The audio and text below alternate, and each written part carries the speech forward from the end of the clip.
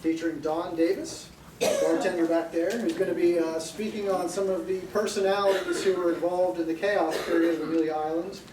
Less about what actually happened and more about the people behind them and where they came from and what they did afterwards. So it'll be a little bit deeper than you've probably heard on the docent tour. And then our next third Friday on 3rd Street is going to be November 19th.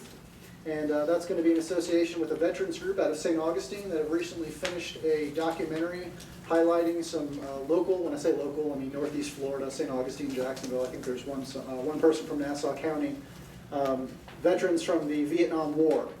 And they're going to be talking about their actual stories, less about the war and the politics and all of that, and more about the actual stories behind what these guys did and how they served their country. So that'll be the 19th. And of course, as most of you saw sitting on your seats, we have our annual Christmas fundraiser, the Holiday Home Tour. And those tickets are on sale. They've been on sale for a couple days now. We have Victorian tea at the Bailey House, which you can't normally get into during the tour. Tickets are $25 in advance, $30 if you wait and buy them at the door, and the tea tickets are $15 a person. I worked out last year the tea at the Bailey House, and it was a real treat. Everyone really, really liked it. It's a good time, money well spent, and of course all the proceeds benefit the museum. I'd like to now introduce Margaret Howard of the Friends of the Library, who I'm really happy helped put all this together and find our speaker. And she's going to say a few words about our speaker, and we'll get rolling.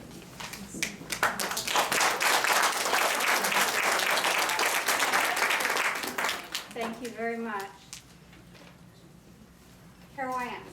I do not have all those pages of introduction because my speech has been distributed as a survey, or else it's in my driveway, one of the two. So I am winging it tonight, so please come fly with me. We're very glad to have you here. Thank you so much. We always enjoy working with the Museum of History and Alex and Phyllis as a partnership, our venue partner.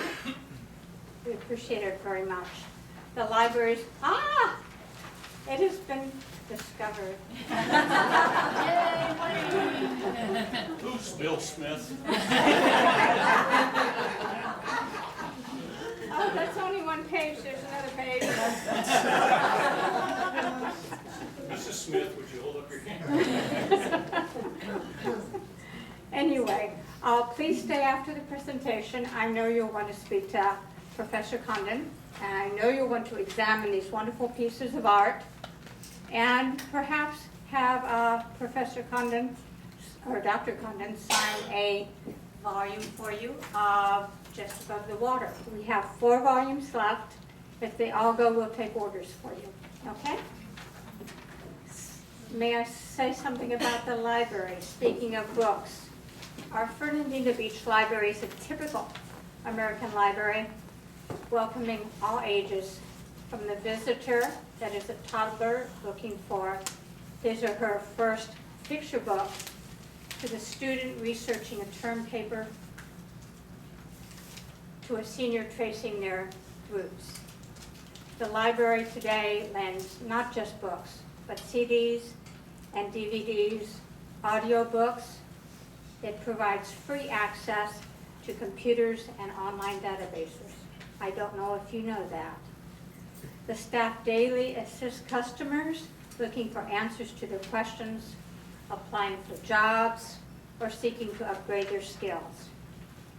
As libraries have done in centuries past, our library lies at the heart of our community, providing free, universal access to the wealth of information and knowledge. Libraries embody the best attributes of a democracy: learning and literacy, self-development, hope, and civic engagement. And we thank you for supporting the library by coming here tonight. It's my privilege to introduce Dr. Kristen Congdon. Kristen Congdon is a professor of film and humanities at the University of Central Florida and is the director of the Cultural Heritage Alliance. She has published extensively on folk and community art and feminism. And this is very important because these artists, as you will hear, have had very little exposure to our art community in general. So it's my pleasure to introduce to you Dr. Kristen Congdon.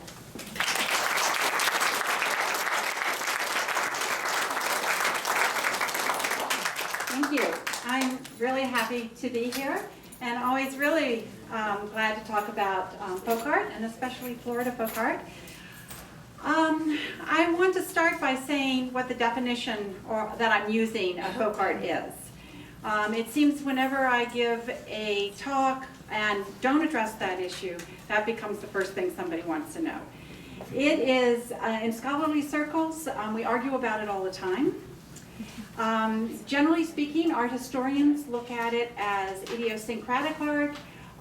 They use the term outsider sometimes, and they try to talk about it as innovative. Folklorists who study traditional culture talk about it as rooted in a community, so that it has its own particular heritage and grows out of its culture. So what I have done here now is to introduce to you folk artists in Florida and trying to pull together that definition so I can show you that folk art is both rooted in community and it is also innovative. All folk art is innovative and rooted in community. Okay, so the first artist, anybody recognize this person? An artist from St. Augustine. His name was Earl Cunningham. And actually the Museum of American Art in Orlando was built around the work of Earl Cunningham. So he had this store on St. George Street that was called Overfork. And basically that was sort of an antique or junk shop where he hoped people would walk in and fork over their money. He was a curmudgeon. Most people thought that he was really not a very nice man. He didn't like children coming into his junk shop because they never had any money and they handled everything. And when there wasn't anybody in there, he would go to the back room and he would paint. And he would paint these scenes of his life going up and down the waterways on the east coast of the United States and coming down to Florida. So you can see that what he did was mix his memories together. Quite beautiful work, which oftentimes painted, used colors that were very vibrant. And the kinds of things that we see and know in Florida, with the exceptional skies, the purples, the yellows, all quite beautiful. So his work is rooted in community, but it's also innovative and different. This is Lillian Bolstad. She she's actually Swedish, but she does Norwegian folk art because her husband is Norwegian. And she figures that that's better for her to do that. She lives outside of Orlando, and she makes hardanger. And for somebody who is, she's really, really rooted in tradition. She's the kind of person who says if anybody makes hardanger in any color besides white, they're doing it wrong. And she'll be the first person to tell you that. This is Lil and Wally Broder. These are all people that I had an opportunity to meet while I was working on my book. They lived in the Panhandle. Lil has since passed away. They came from New England, and they retired in the Panhandle and decided that what they wanted to do more than anything in the world was to make sailors' valentines. How many of you know what a sailor's valentine is? Oh, good. You've been to Sanibel Island. make them. You make them. Oh. Well, they used to sail, and they wanted to come down to Florida because they knew they could get some really good seashells. And so they would get up every morning. I had the hardest time seeing this couple because they had such a routine that it couldn't be interrupted. So 7 days a week, they would both get up, they would have breakfast together, they'd go out the door, and they each had their own studios, separate houses in the back of their house, where he went to a woodworking shop and she went to her shell shop. And then they would come back and they would meet for lunch, and then they would go back out and work on their Sailor's Valentines again. So trying to interrupt that schedule was not easy. Here's what they look like. He would make the wooden part of it, often had a mirror in the side of it, and they were absolutely extraordinary. It's amazing what people can do with seashells. They were all over their walls. They gave them to their family members and to very close friends. And when I asked if I could buy one, the answer was no. They're only made for people that they were very, very close to, and they like to keep all of them. Sailors' Valentines were usually something that sailors purchased when they were away from their sweetheart or their mother. And there are a couple stories, and maybe you know these stories, but sometimes people say that the sailors made them, but more often they say that they went to Barbados and bought them. And they were made by other people and brought them home for their sweetheart or their mother. Brian Dowdle, he's just recently left Florida, but he lived in Cocoa Beach. And he was, grew up in Montana, was a hobo, and traveled the rails. He actually said that he lived in a cave for a while. And he was very comfortable with snakes. So he had this idea about animals that he saw around, that animals had particular kind of spirits.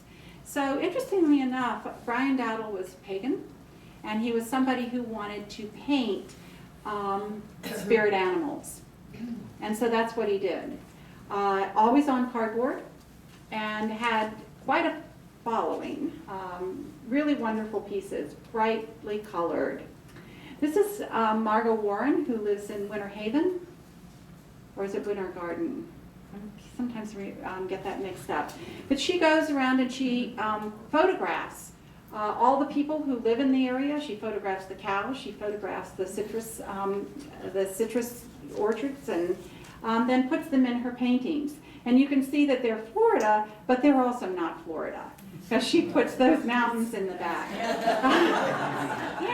So it's all part of the way that Margot Warren sees the world. She paints every morning for 4 hours and then rests. And she has a little place in the back of her house where she does that. But all the people in her paintings are people that she knows and are identifiable.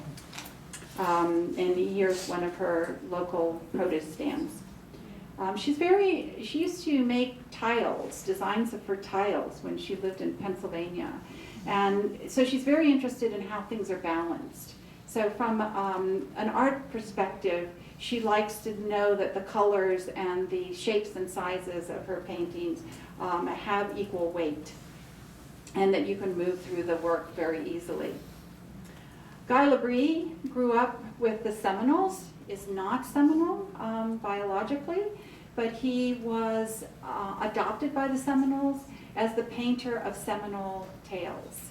And so here he is with his wife doing one of his paintings. He actually takes the paintings when he tells the stories back to the Seminole tribe and asks if it's accurate and if it is okay to tell it outside of the community. And sometimes he has to burn his pieces or change his pieces, but he is very much trusted by the Seminole tribe. What was his name? His name's Guy Labrie. Guy Labrie. Purvis Young. And you will see that we have a number of Purvis Young pieces up here. Probably one of the most incredibly talented people that I've ever met. He died about a year ago. From Overtown, which is a African American section of Miami. And he was very upset by the fact that what used to be a working African American community where people took care of each other has gone to crime, AIDS, drugs, teenage pregnancy. And his feeling is that his work should come out of the community, this community that he loves. So all his pieces are at least very, the large majority of his